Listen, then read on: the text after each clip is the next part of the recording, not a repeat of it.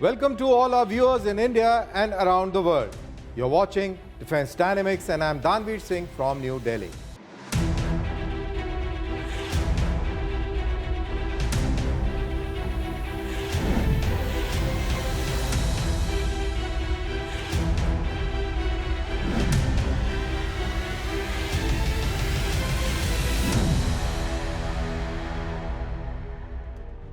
On Defense Dynamics, we break down the evolution of S-400 to S-500 and what it means for India. A dedicated manufacturing facility for high-altitude pseudo-satellites or HAPS has been inaugurated, so let's understand the application as well as the implications and why there is a major shift in India's aerospace propulsion roadmap we will explain. And in my take, I'll give you my perspective on India-Russia ties as to why this partnership is built on history, reinforced by hard power realities. But first, the global defense headlines. In a major safety breakthrough, DRDO has carried out a high-speed rocket sled test at 800 km per hour, successfully validating canopy severance, ejection sequencing and full air crew recovery at its RTRS facility in Chandigarh. Hanwha Aerospace secured a $479 million contract to supply LSAM launchers and anti-ballistic missiles to Republic of Korea by year 2030. The system, featuring advanced propulsion and multifunction radars, forms South Korea's high-altitude missile defense layer. Sweden has prioritized long-range fires capable of reaching up to 2,000 kilometers, aiming to strengthen deterrence and strategic depth strike. The Netherlands has also urged industry to develop a Tomahawk alternative with 1,000 kilometers reach within months. Poland has inked a $500 million deal for AIM-120D 3 AMRAAMs to arm its incoming F-35 fleet. The long-range air-to-air missile will also eventually equip Polish FA-50s and F-16s as part of a wider Air Force modernization. Anduril showcased its new AI-enabled Eagle Eye combat helmet featuring an AR heads-up display at MilCES 2025. The system will be tested by the US Army in 2026 and is also being considered for Australia's Land 300 and Land 4140 programs. India has recently used S-400 during Operational Sindoor to a great success in shooting down Pakistani aircrafts and missiles, thus achieving a longest scale in air defense history, shooting down an AWAC at over 300 kilometers. Let's examine if India were to get the latest Russian next-generation S-500 system, which is capable of intercepting ballistic missiles at a range of up to 600 kilometers and airborne targets up to 400 kilometers. So tonight on Defense Dynamics, we break down the evolution from S-400 to S-500 and what it means for India's air and missile defense shield. What can change in real terms vis-a-vis Pakistan and China.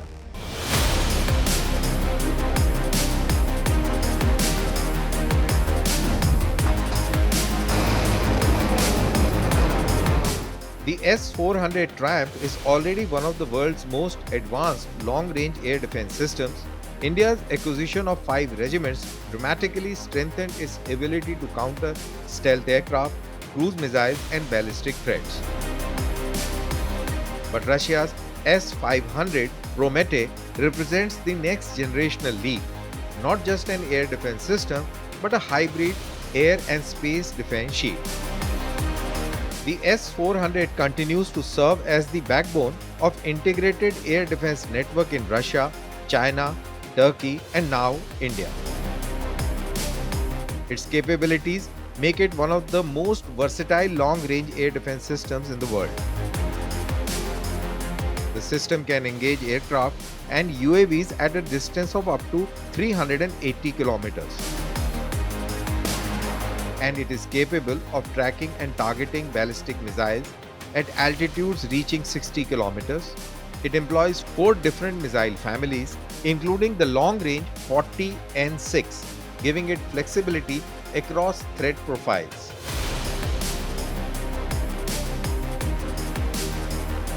The S-400 can simultaneously track 300 targets and engage 36 of them at the same time, providing a dense and layered defensive umbrella. For India, the induction of the S-400 has filled critical gaps in countering Pakistan's long-range strike capabilities as well as China's expanding air power presence across the Tibetan Plateau. It represents a major technological leap in strengthening India's ability to defend its airspace against a wide spectrum of threats. To understand what is S500 and its capabilities, let's try and recap what S400 is capable of with the help of video wall and the graphics. Here you can see an S400 launcher with graphical representation of aerial and ground distance, both of them in kilometers, maximum on ground being 400 and up in the air in altitude is 30 kilometers. So it means that once the missile is fired by S400, it can strike at the longest distance of 400 kilometers and at an altitude of 30 kilometers. So keep this in mind, and when we talk of S500, you will get to know what major difference these two systems bring into the strategic air defense. So now let's go over to S500. So this is S500 and you see a similar graphic representation, but just focus on the distance, both the aerial above in altitude and the ground distance. While the altitude distance goes up from 30 kilometers to 200 kilometers, the ground distance stretches from 400 to 600 kilometers, which goes to say that S500 can strike a target at 600 kilometers at an altitude of 200 kilometers above the Earth's surface.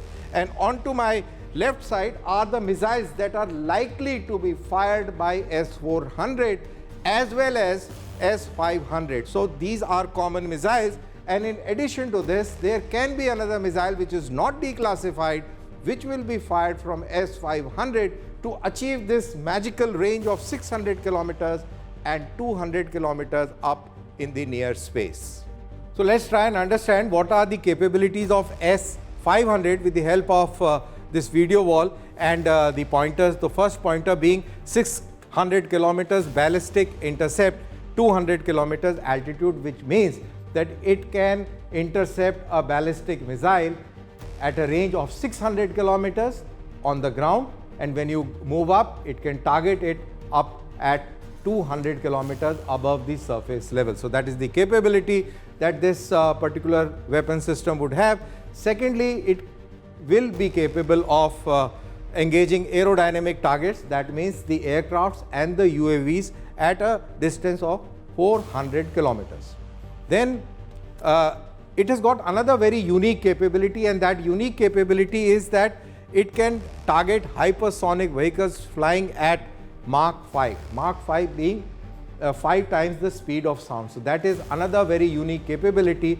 In fact, one of the few air defense systems in the world that can target hypersonic missiles. And lastly, as of now, as we speak, this particular weapon system has a capability of targeting targets up to 200 kilometers in altitude, which is the edge of the space, and it is part of strategic air defense of the Russian armed forces. As it mentions, it functions as part of Russia's strategic missile defense layer. So this is a highly capable and a very potent air defense system that world has yet seen. If India evaluates and eventually opts for S500 system, the implications would be far-reaching. To begin with, India's layered missile defense architecture would strengthen dramatically. The S-400 already provides an advanced long-range air defense capability, but the S-500 adds a high-altitude exo-atmospheric intercept layer. Together, these systems would create the most comprehensive missile shield India has ever fielded, sitting alongside indigenous program and the upcoming XR-SAM. A second major impact would be on India's ability to counter the rapidly evolving missile arsenal of Pakistan and China. Pakistan's Ababil MIRV capable missile and the expanding Babar cruise missile family pose complex future threats. China, meanwhile, is deploying hypersonic glide vehicles and modern DF series ballistic missiles. The S-500 is engineered precisely for these advanced, high-speed maneuvering targets, giving India an important technological edge. Finally, the deployment of S-500 would significantly enhance the protection of India's highest value strategic zones. These would include National Capital Region, the Mumbai Industrial and Financial Corridor, key strategic air bases, and critical nuclear command and control nodes. For India, the system would not just be another weapon purchase, but a major leap in building a resilient national air and missile defense posture. The S-500 also comes with several constraints India would need to consider. Production remains limited, but Russian forces receiving priority, meaning export clearances, is unlikely until Moscow completes full domestic induction. Even once available, systems' high cost and complexities of integrating it with India's existing air defense architecture will require careful evaluation. At the same time, India's own ballistic missile defense program is progressing rapidly, raising important questions about balancing foreign acquisition with indigenous capability development.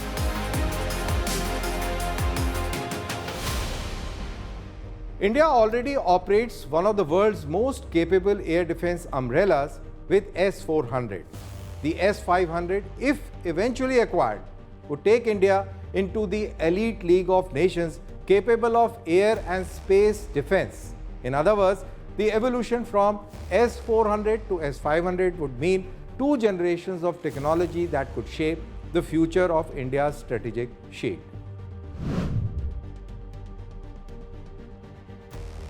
India has taken a major leap into future of aerospace and defense technology.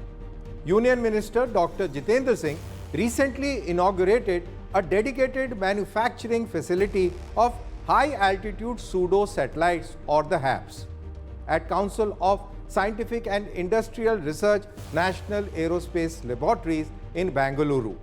These near-space aircraft promise to transform how India conducts surveillance, communication and battlefield monitoring. So let's break down what HAPS are, why they matter, and how they could complement or even replace some military satellite missions.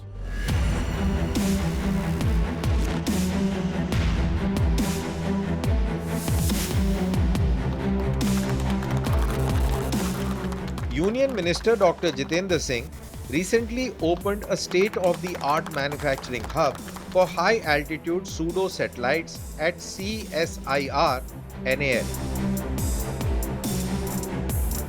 This marks the first dedicated HAPS production line in India, a major step towards building long-endurance, solar-powered aircraft capable of flying in the stratosphere for weeks and even months. HAPS, or high-altitude pseudo-satellites, are ultra-light unmanned aircraft designed to fly at 18 to 25 kilometers above sea level. Powered primarily by solar energy, they act as near-space satellites, staying aloft far longer than drones and flying much lower than space-based satellites. They can hover over a single region for persistent surveillance, communications relay, and wide area monitoring. For India, HAPS could become a game changer. They can provide 24/7 surveillance across critical borders from Ladakh to Arunachal, from Rajasthan to the Indian Ocean. They offer real-time intelligence with far lower costs than satellites or manned aircrafts. And because they fly above weather systems, They can serve as communication relays connecting troops in remote mountain valleys where line of sight is limited. While HAPS don't replace satellites entirely, they can substitute for many low Earth orbit missions. For tactical operations, HAPS offer sharper imaging, lower latency, and ability to focus on a smaller region for days, all without the cost or delay of satellite launches. Satellites will dominate global coverage and early warning, but HAPS will bridge the critical gap between ground sensors and space-based assets. What we are witnessing is India's new entry into a new aerospace domain, the stratosphere. With high-altitude pseudo-satellite platforms, India will be able to maintain persistent eyes and ears over its most sensitive theaters. The technology is still maturing, but today's inauguration marks the beginning of an indigenous ecosystem that could redefine our surveillance architecture. The facility will focus on composite airframes, solar arrays, lightweight structures, and modular payload integration. Future collaborations with DRDO are expected to support long-endurance ISR platforms, communication grids for theater commands, and maritime domain awareness missions. With this, India joins a select group of nations, including the US, UK, China, and Japan, developing stratospheric drone capabilities. A new frontier has opened in India's defense and aerospace sector. High-altitude pseudo-satellites could soon supplement satellites, strengthen border monitoring, and give commanders real-time situational awareness like never before. With the recent inauguration, India signals that stratosphere, once seen as empty sky, is now a crucial part of the future battle space. On Defense Dynamics, we underscore a major shift in India's aerospace propulsion roadmap. After decades of hurdle, the Kaveri jet engine project is entering a new chapter, one that could redefine India's unmanned combat capabilities and accelerate the nation's push for strategic self-reliance.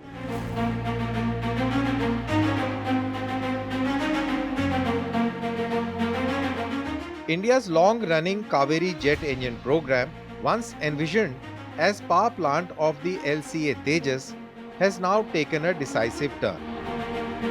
Defense Secretary Rajesh Kumar Singh has confirmed that DRDO is redirecting the engine's purpose, moving away from its original fighter jet ambition after years of struggling to meet the required thrust-to-weight ratio. Instead, the Kaveri will now fuel India's push into unmanned combat domain. The engine's dry variant, capable of producing 49 to 51 kilonewtons of thrust, has shown promising results, especially after high-altitude test campaigns in Russia.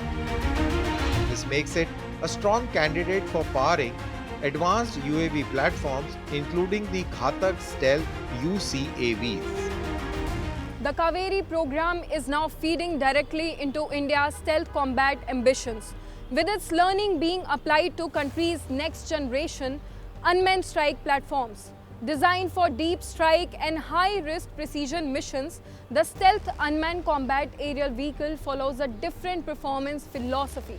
From the LCA's 85 kilonewton afterburning engine, as a subsonic aircraft, it requires no afterburner and relies instead on a 49 kilonewton dry thrust engine equipped with advanced digital controls. The platform targets speeds of up to Mach 0.9, service ceilings near 13,000 meters, and endurance window of around 2 hours. The redirection is also expected to boost private sector participation. With 24 Indian companies bidding to build 87 MALE drones, Defense Secretary says the Kaveri line could become a valuable technology lending platform, spurring domestic manufacturing and forming credible industrial consortia. But while one chapter shifts, another begins. DRDO has submitted a proposal for an ambitious 120 kilonewton jet engine developed with global partner but with intellectual property retained entirely by India. Highlighted in Prime Minister's Independence Day address, the project is now moving through government approvals. Prototypes, officials say, could take around 8 years, followed by certification.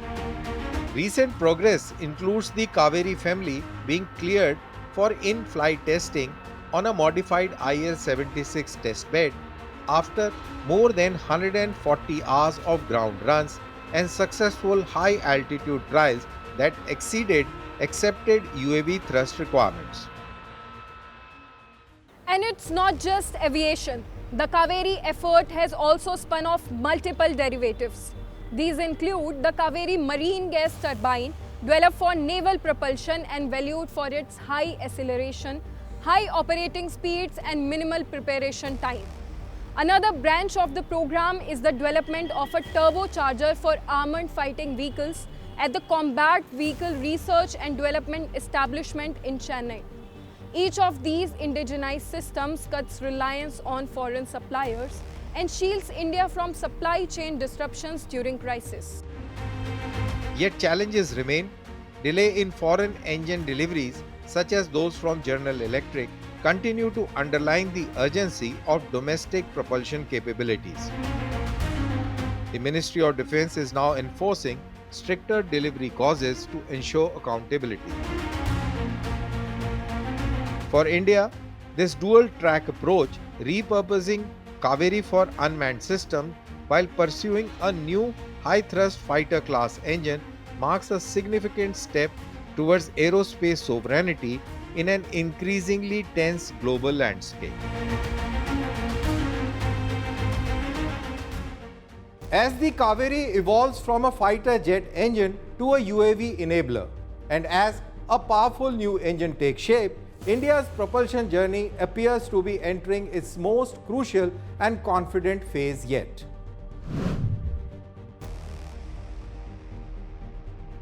So let's talk about India-Russia ties. Why are India-Russia ties described as historic? India-Russian ties rest on 7 decades of trust, starting from MiG-21s to nuclear submarines to cryogenic engines. Moscow has shared high-end technology when few others won't. This partnership has endured the Cold War, the Soviet collapse, and today's multipolar world, built not on transactions but on continuity and strategic comfort.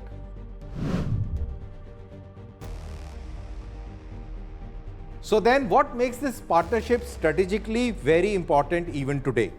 India's partnership with Russia continues to stay relevant because it rests on 3 enduring pillars. The first is defense dependence and co-development. Most of India's legacy military equipment is Russian.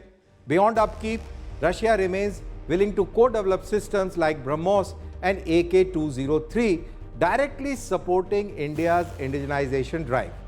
The second pillar is energy security. Discounted Russian crude has shielded India from global price shocks, strengthening long-term energy stability. The third pillar is geopolitical autonomy. Russia's role in Eurasia, the Arctic, and the global nuclear ecosystem gives India valuable strategic depth. Maintaining a functional, balanced relationship with Moscow allows New Delhi to preserve strategic autonomy, enabling it to navigate and balance its partnerships with the West, managing competition with China, and engage constructively in the wider Indo-Pacific region. So the question arises, is the relationship under strain because of Russia's growing closeness to China? Well, in my opinion, yes, but not in the way that it breaks the partnership. China-Russia alignment is a reality, but Moscow still sees India as a civilizational counterbalance to Beijing and as a crucial partner for multipolarity. New Delhi's approach is pragmatic. Stay engaged so Eurasia doesn't tilt fully towards a China-dominated axis. So how does this relationship evolve in changing global order? This relationship has entered a renewal phase, more tech driven, more collaborative. Nuclear, space, propulsion, and sensors are emerging as new areas of co creation. Connectivity corridors like the INSTC and Chennai Vladivostok route aim to deepen economic and strategic links. The trajectory supports India's wider aim, shaping a multipolar world while staying non-aligned and autonomous. So on my take, my final words. India-Russia ties have changed, but the core logic remains. It is not nostalgia, it's strategic necessity. A relationship built on history, reinforced by capability and adapting to a rapidly shifting world. That's all for this week on Defense Dynamics. Share your comments on social media with hashtag DD with Danveer. See you next week. Until then, goodbye and take care.